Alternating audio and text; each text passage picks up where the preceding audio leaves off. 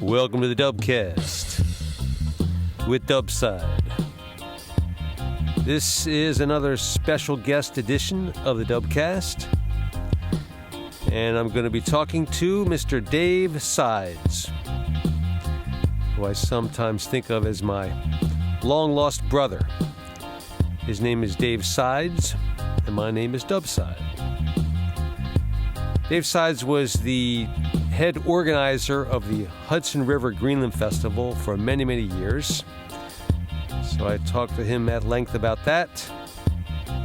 And he goes into some of the headaches involved when you try to bring somebody from Greenland to the U.S. for an event.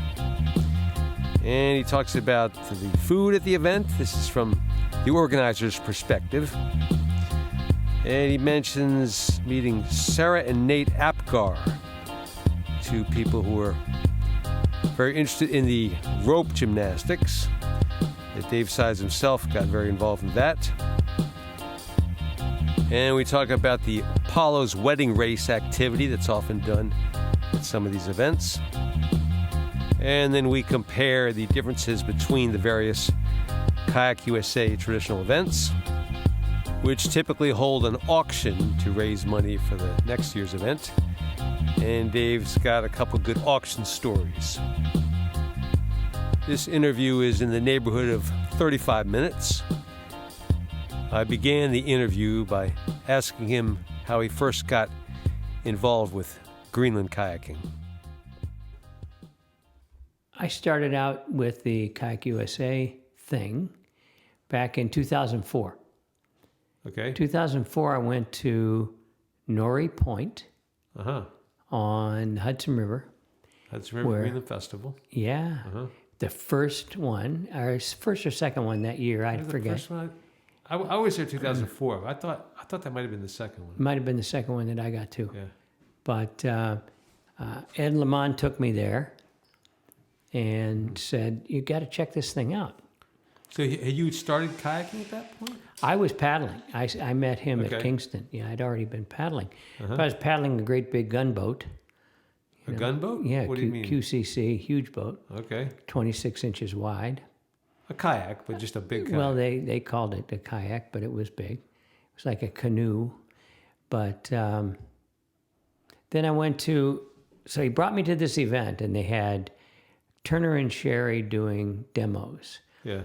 There was a competition for rolling. It was Mark Price and Wayne Gilchrist who ran this thing at that time. And I see this guy doing, hung up these ropes up in the trees, literally in the trees. He did a bunch of moves on it, and I said, "Wow, what's that?" And the first thing he said was, "Anybody want to try this?" Me. I was all over it. So it brought me in, and I couldn't get enough of it. It was very gymnastic, and I was a gymnastics coach for 20 years, so it kind of fit my persona. I had a great time with it and met, of course, Dubside. So then I guess a lot of people have said I became kind of his protege over time because I started going to all the events and doing the ropes. It's like a niche within a niche. Yeah. You've got kayaking, and then the Greenland track of kayaking, which is really a niche within kayak. And then the ropes is really a niche within a niche. I don't think you can get any tighter on that point. So I got involved there. The next year, I was going to go back. To Hergif. To that Hudson River event. Yeah. It didn't happen. After 2006? Wayne Gilchrist moved away, and there was nobody there to pick it up. So guys that I had met along the way. It was just a one-day event. It was one day. Yeah. Yeah. So I had met Wes Craven. Wes, what was Wes? Ostertag. Yeah. Maggie, I forget what Maggie's last name. Maggie Atkins and Jack Gilman. The four of us we were just paddling, and we were paddling down at Plum Point on the river. Got to talking about things and said, that was really fun. We should try to put an event together like that. So I went looking, And yet you four were relatively local, New York. We were all greater local, area. all local, Yeah. Yonkers, and up that way, up north. So we went looking for a location because we said, it's really more fun to go if you stay overnight. Yeah. So we were looking for a location we could do that with. And in the whole of the 150 miles of the river, there's one place, and it's Croton Point Park, where it could handle a bunch of people. Yeah. So the next year, we tried to put that together, and we were too late. We tried to get Allison Sigathy to come in and do our water. She was busy, and we couldn't get the location. So we paddled and got together a few more times and said, we'll make this happen someday. Well, the next year, I think 2006,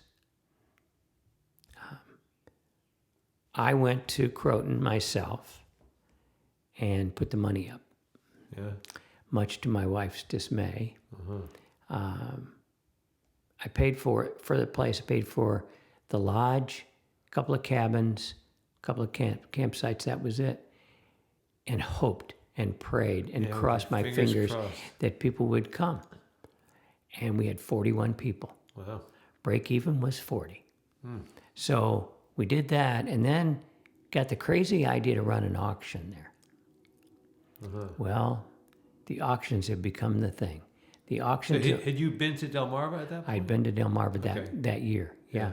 Because the first year went to Nori. Yeah. I liked it. The end of that year, I went to Michigan. That was my first event. Michigan training camp. Yeah. And then to Delmarva after that. So I saw what other people did. Other people had this program, and they had auctions, and I thought, I think we can do maybe like this or something similar. So we did our HRGF thing, and we made $1,000 Just at the auction. just at the auction. Wow. Now, that was our seed money. So that went in the kitty. We had enough money to start for next year. My wife was thrilled that I didn't have to pay for it. And we were on a roll. So basically 10 years of that is how we continued with doing our event, bringing over Greenlanders, and having a great time, obviously, with the event. And we became an event up to 60, 80. We had up to 100 people. We had 106 one year, which is way too many. But about 80 is our good number. So tell me about the difficulties of bringing a Greenlander to the event. Oh boy. let me count the ways. While they're the most wonderful people to have in an event, they are the biggest pain in the ass to bring in. Yeah. And the reason is they don't think about things the way we do. They think in a different way. First of all, their word is their bond. That's the positive. And I learned that over time. If they say they're going to be there, by God, they're going to be there. But do you know when? No. You could have a plan. You don't know when they're going to come. And you think, God, this is not how I would do things. How are they going to get here? So we tried to get Nuliassarnera there. Well, he got stuck at Kennedy Airport and was on the wrong flight, the wrong whatever it was. We couldn't get him in, but he was there. So he called and called and called, and we finally picked him up, and he got there the next day. So it works out. But bringing, first of all, they're very expensive to bring over. It's $3,000. You're going to know you're going to spend $3,000. Per Greenlander from Greenland. Per Greenlander from Greenland, which we were more than willing to spend. But boy, it would have been nice to know if they were going to be there for sure, because you're just crossing your fingers and hoping they're going to show up. Otherwise, you're just throwing away $3,000. Yeah, you think, where's it going to go? And it's just not the way Americans would think about it. Yeah. We would no more say we're going to come and not communicate with anybody than fly to the moon. They don't communicate with people, and it's hard to reach somebody, obviously, there. So my take is that, they once they say I'm coming, they don't say anything else. Because, what else can they say? I said I'm coming. I can't control fate. I'm going to make every effort I can to be there. I'm going to be there. And we're looking for just a touch, just check in, see what's going on. But they don't do that. I said I'm coming. There's nothing else for me to say, so I'm not going to say anything. Yeah. I mean, I had to call Nuliassarnera. I paid for flights on my credit card with his name, as the flying person. Whew. But then it works. And then the next year you do a few more and whatever. And a couple of years we had 3 people at the same time. But it's always a nail biter and you wonder if it's really going to happen. That's the Greenland thing. But it works. It works.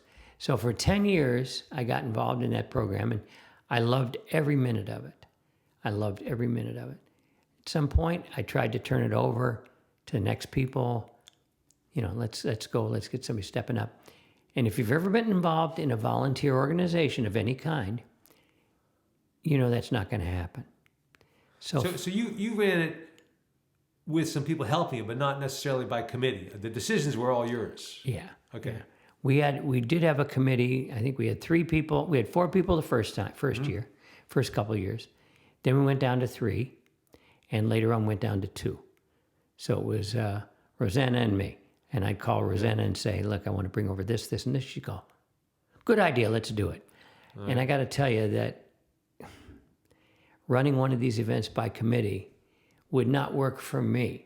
I know some people do it, and now HRGF has gotten a committee as well. Yeah. It's just not my thing. I'm going to do it unilaterally, and it's going to work. And I'm going to make it work.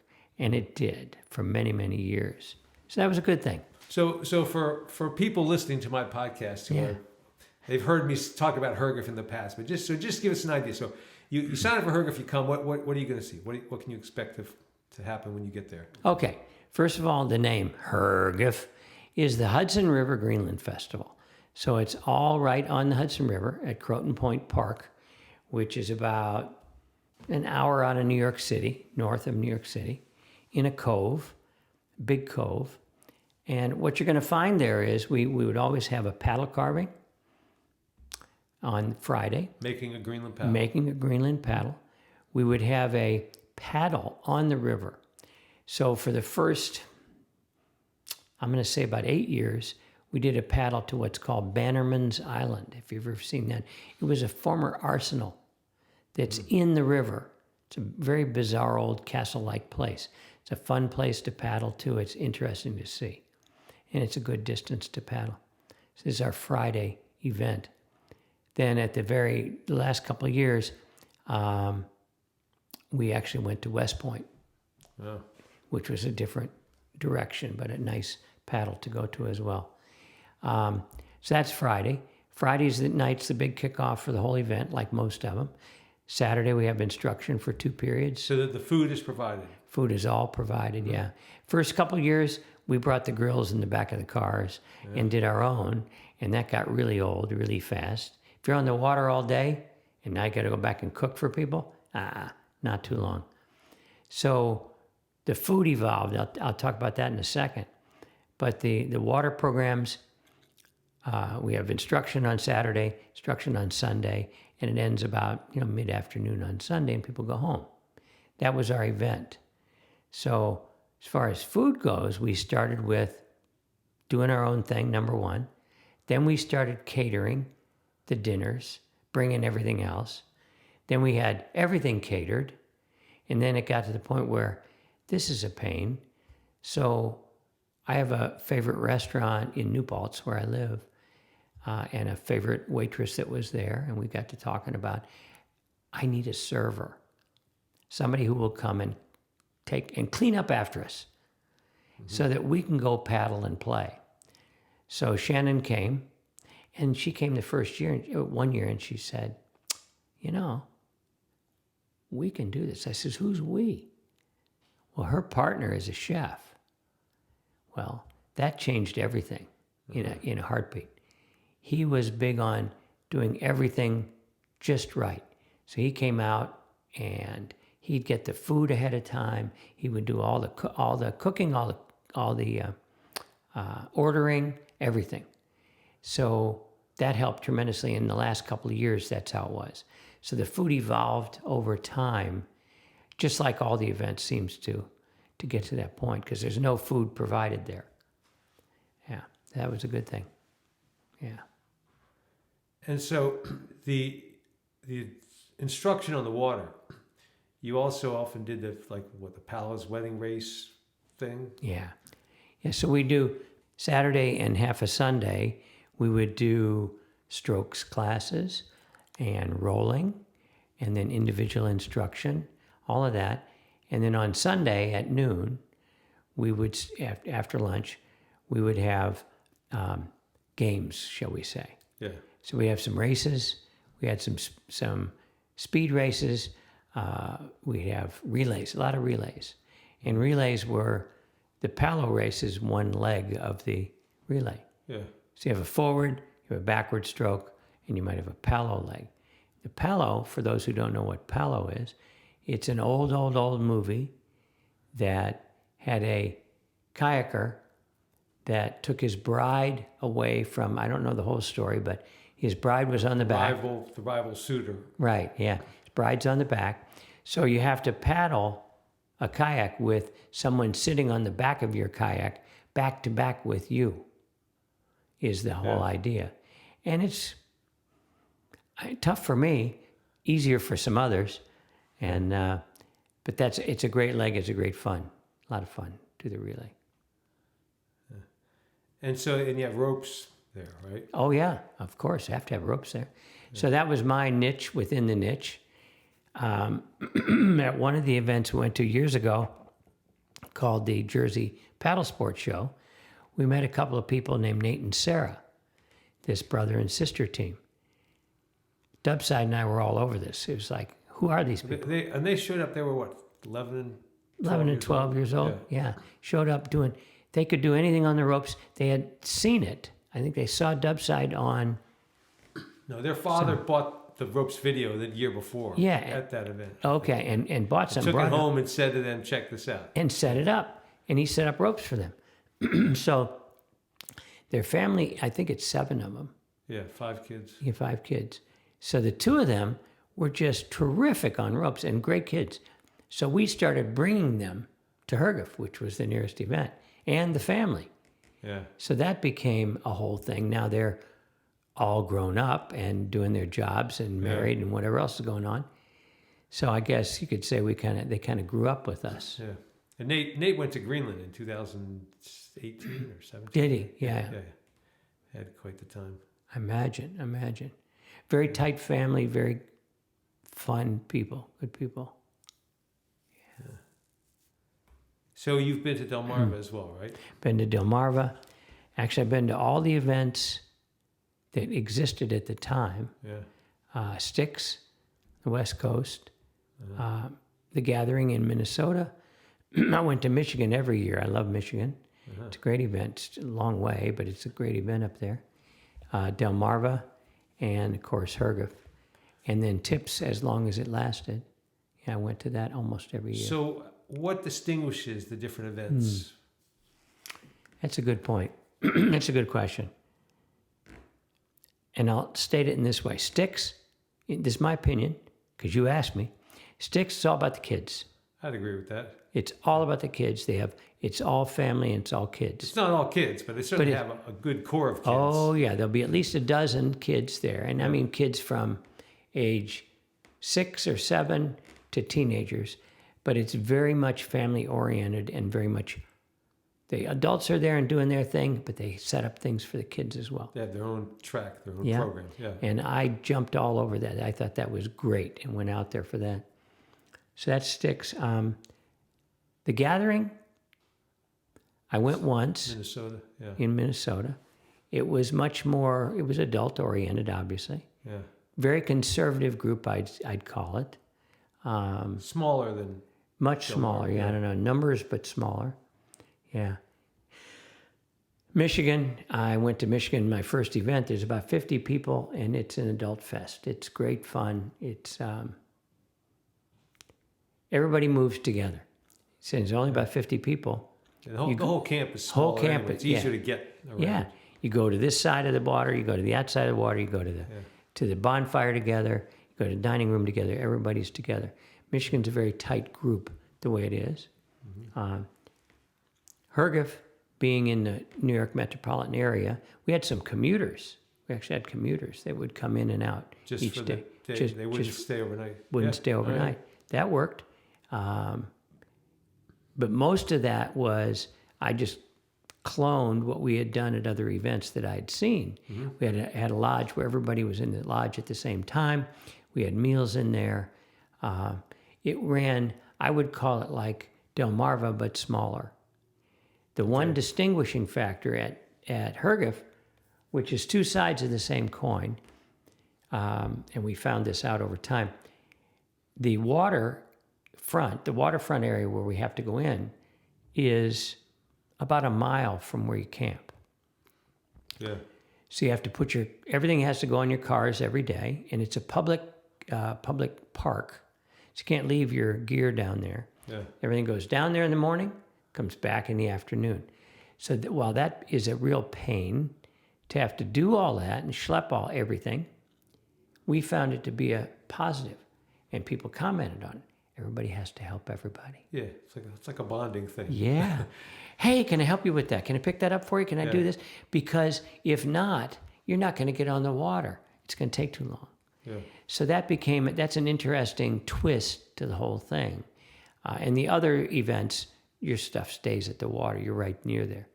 Yeah. Then there's Delmarva, which is the Magilla. It's huge. 100 people and locations all over. You've got paddle carving. You've got kayak building, make a tulik, make gloves, whatever it is, plus water, plus the bay. And then there's a pool as well. Yeah. So we can do that. So there's a lot of split at Delmarva. A lot of people all over the place. Then we come together for meals. Yeah. Come together at night for the evening programs. But Delmarva's big. It was just big. That's the difference. So, and then Tips, very small group, very intimate. Yeah. And the people that ran it, Tally was just made everybody feel very welcome. It's very personal. Yeah. Because it was very small. If you're not self-assertive, then it's easy to get lost at Delmarva. Whereas something like Tips, you automatically kind of fit in because there's so few people. Yeah. But over time at Delmarva, I found that they've pulled people in. Yeah. People love going there. They've been going for years and years and years.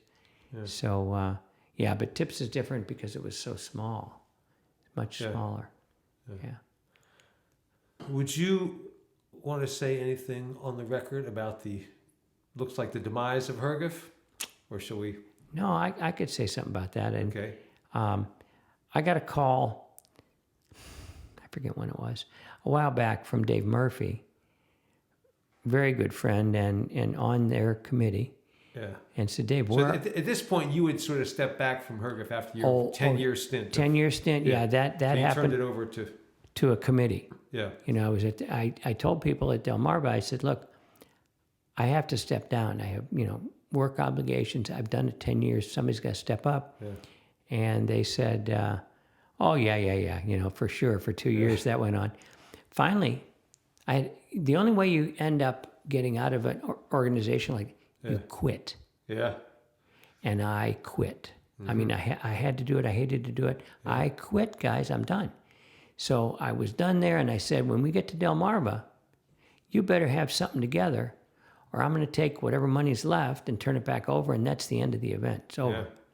So they put a committee together, and we had a meeting at Delmarva that year. So that's kind of the backdrop of it. But it successfully continued. For at least 2-3 years, right? Went on for 2 or 3 years. Yeah. And then this past year, I think, COVID hurt everybody. COVID stopped everything for a year or two. Yeah. And then Dave Murphy, now I'm back to Dave Murphy, called me and said, where are you? And I've been living quite a bit in North Carolina these days. So I said, well, I'm in North Carolina. I can't get back there. So they had to have a meeting with the management of the camp, or of the park, state park, or the county park. And what happened was, evidently, from what I hear secondhand, is that during COVID, they got some lawyers in and some risk management procedures, and they decided that our kayak event was too risky. For whatever reason, I don't know what it was because I wasn't involved. I hear it secondhand. Right. But I can surmise from what I heard before the way the camp is laid, or the way the park is laid out, you come in the gate, and on the right side is a whole waterfront. Has a waterfront with guards and ropes, sandy beach and ropes. Then you keep going and you go up into the park a little further, and there's just a cove over there that's really fishing. The fishermen are there. Well, that's where we went. We didn't go in the swimming area. They didn't want us in the swimming area. Yeah. So my assumption is that they were going to require that you had to be in, if you're going to be in the water, you got to be in the swimming area, because that's what they told us years ago, and we ignored it and we got away with it. But the new management, that was the way it went.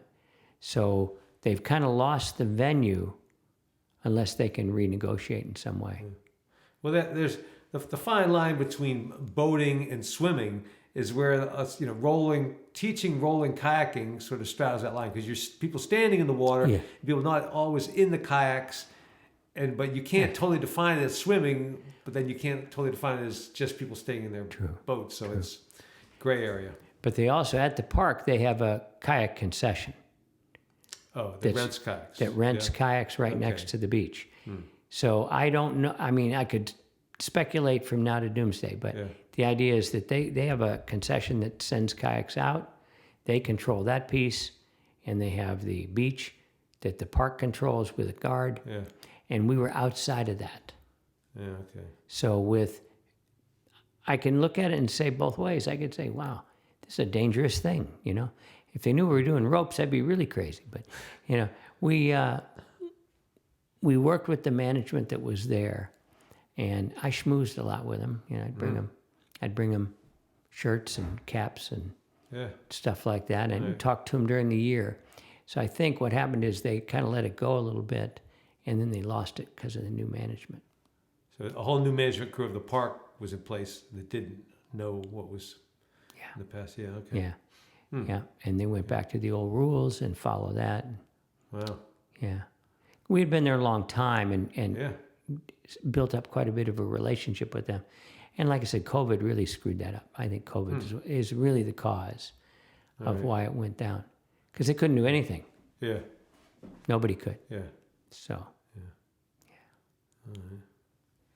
So at this point, you still attend various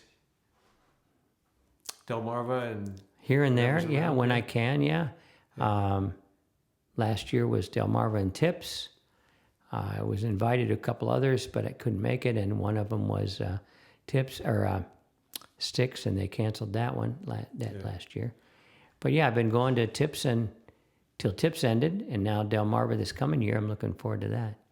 So, and you often get called into service as the auctioneer, right? Yeah, I think that's how they keep me coming, keep bringing me along. Can you recall any of the more amusing items you've auctioned off?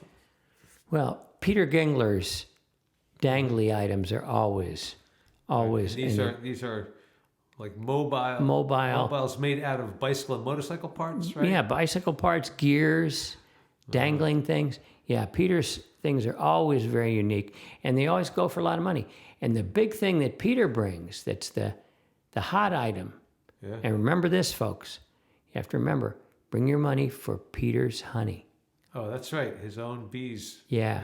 The honey goes for about $100 a jar each year, which people are amazed, who's going to do this? And we do it every year. Yeah. So the honey is that good, and it's another shtick that we do. But, obviously all the usual paddles and trinkets and bits and pieces, but those are a couple that really come to mind. And then we've had a few kayaks that we've had donated. Yeah. Some I'd call real kayaks, and some maybe not so real. Some plywood things that people called a kayak. We're not sure what they were. And we sold those too, because I'll sell anything.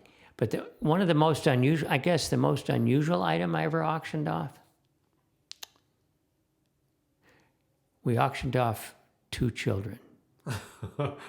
You could get arrested for this. Probably true. This may get bleeped off of the show, but we did get approval from the dads. I will say the moms weren't there. What event was this? Or do you want to say what event this was? Sure, it was HRGF. Okay. Yeah. All right. So what happens is in the Palo race, the idea is you have to have a bride on the back of the kayak, right? So the goal is to have the lightest bride you can. If you're really trying to win, faster. Yeah. you go faster. So one year we had, I'll keep the names out of it, we had two young girls there with their dads, and they were, I don't know, maybe 10, 11, 8, 9, 10, 11 years Nice old. and light.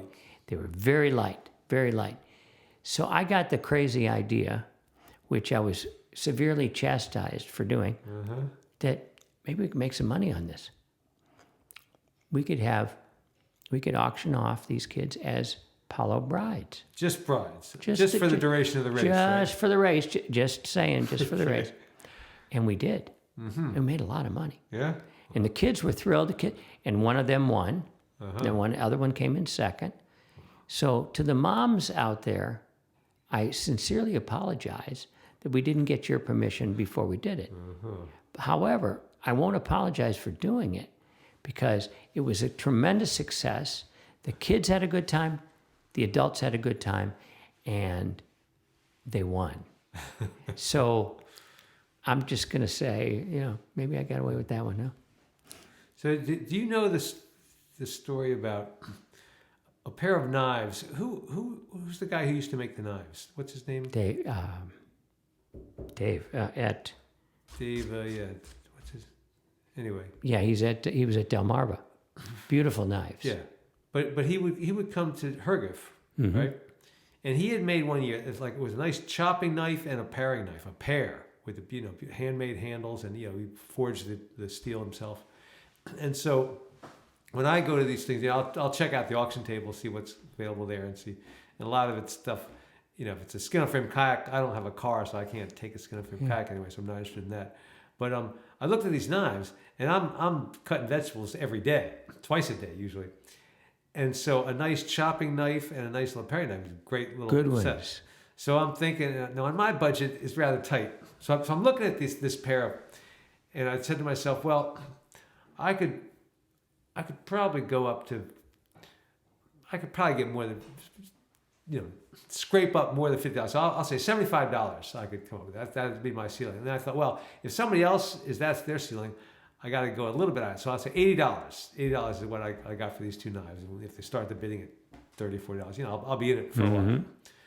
So that was that the night, the year that your friends were doing the catering? Probably. I think so, yeah. And Peter Gangler, not only does he bring this great bird bath stuff, Peter Gangler has some deep pockets. So you brought these knives out, and you said, described these wonderful knives made by this guy, one of the paddlers there. And he said, now what am I bid for these beautiful knives? And so I'm getting ready to go up to my maximum. And Peter Gangler immediately says, $100 if they go to the chef, because you had just talked up your friends, the chef. And you immediately said, sold, before I could even decide that I wanted to spend that much, and they were gone out of my hands. And so a year or two later, on the way to Delmarva, Peter Gangler was giving me a ride, or we were going to the restaurant or something, and I told him that story. He says, oh, Dubside, why didn't you say so? Yeah. So he at the next auction, they said, would everybody chip in, so Dubside, so the guy can make a new knife for Dubside, and everybody, the money was raised instantaneously almost. And so it took another year, but I got the knife, which I use every day now, twice a day now. That's funny because I never knew that. All right, well, that's now great. you know. That's a great story. So don't be so fast with the sold, okay? I know. Sometimes, when in the auction, and this happened on a kayak once, it happened multiple times on different items. What's going to I have a feeling of what things are going to go for. Okay. And if somebody is bidding what I would consider quite a bit over what is going to go, then I just let it go and do it fast. Okay, also, I'm trying to keep things moving. Oh yeah, that's very, very. That I get, good, yeah. And we've some of those Delmarva ones would get to 10:30, 11 o'clock, 11:30, and half the people have gone to bed. Oh, they're gone already. Yeah. So it is. So I think I've gotten better at it over the years, where we limit the number of items. Last year at Delmarva, when you were orchestrating things, we were done the auction and festivities at 9:30, which was quite an achievement. There we go. Yeah. Which is what the goal is. Let people have fun, but let's get done with this. Whatever it is. So the auctions are a lot of fun, and I think that's why I keep getting invited these days, you know? Yeah. All right. Well, thank you very much for talking, and I'll see you at another event, as everyone else can do. All right, thanks. Well, that is Mr. Dave Sides, interviewed in May of 2023. And the knife maker that we mentioned in that last bit there, his name is Dave Russo. And I am still using that very knife. I used it this morning to make my breakfast. And it's my understanding that as of spring of 2024, the Hudson River Greenland Festival has a new location and is scheduled to be back in action. But instead of the June time period, now it's going to be in September. And the date they have picked, which is somewhat controlled by the venue they're using, happens to fall on the same day that the Minnesota Gathering, or the traditional paddlers gathering, is being held in Minnesota.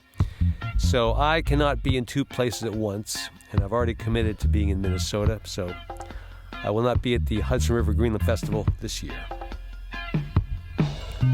Thank you for listening to the Dubcast with Dubside.